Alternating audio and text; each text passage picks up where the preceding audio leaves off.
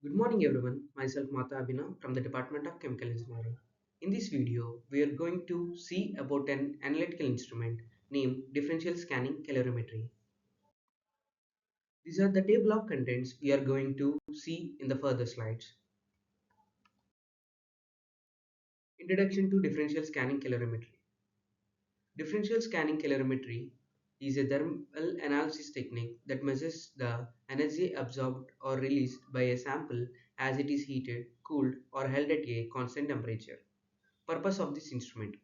DSC is used to characterize material properties such as phase transitions, crystallinity, thermal stability, and glass transition temperature. Relevance of this instrument. Widely used in fields like polymers, pharmaceuticals, food science, and material science to understand thermal behavior. Working principle of this instrument. Basic principle. It measures the difference in heat flow between a sample and a reference under controlled temperature conditions. Mechanism. The sample and reference are subjected to the same temperature program. Any temperature dependent reactions, for example melting, crystallization, in the sample cause heat flow that is recorded as a peak. There are two types of DSC. One of them is power compensated DSC and other one is heat flux DSC. While coming to the part of power compensated DSC, both sample and reference at the same temperature by adjusting power inputs. In the heat flux DSC, measures temperature difference between sample and reference, calculating heat flow indirectly. DSC instrumentation overview.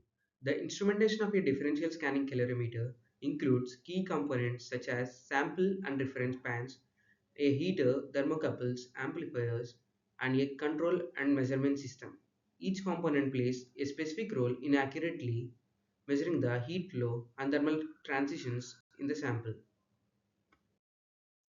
Components of the DSC system. Reference and sample pans. Hold the inert reference material and the sample.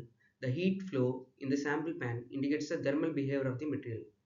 And the heat sink provides a stable thermal environment. While coming to the heater, applies a control heating rate to the sample and reference pans. Thermocouples measure temperature differences between a sample and reference, detecting endothermic or exothermic events. Heat resistor controls heat flow, ensuring even distribution across the system. Control and measurement system. The components. Heat driver controls the heater's output based on the desired temperature program. Temperature control regulates the heater and maintains the programmed temperature changes. CPU coordinates all component processes data and synchronizes the system. Amplifiers boost small signals from thermocouples for accurate measurement. In the control measurement system, there are two recording units. One of them is temperature recording and temperature difference recording. While coming to the temperature recording, records absolute temperatures of the sample and reference pans. In the temperature difference recording, which is also known as heat flux recording, captures the heat flow, the difference between the temperature between sample and reference, indicating thermal events. Let's go to the part of DSC experimental process. First of all, prepare the sample. Choose a small, even sample and place it in a DSC pan. Prepare an empty pan as a reference that can be seen in this picture. Set up the instrument. Turn on the DSC, calibrate it using standard materials and ensure it's stable. Select conditions. Use nitrogen gas for an inert atmosphere or air for oxidation studies. Set the gas flow rate and program the temperature range and ramp rate. And next, run the test. Place the sample and reference pans in the furnace, start the test and monitor the heat flow versus temperature. Data interpretation. In the data interpretation, we can see a graph plotting between temperature and heat flow. In this, endothermic peaks represent processes like melting or evaporation, while exothermic peaks indicate crystallization or other heat releasing reactions. And other one is glass transition, observed as a baseline shift, not a peak. Applications of DSC.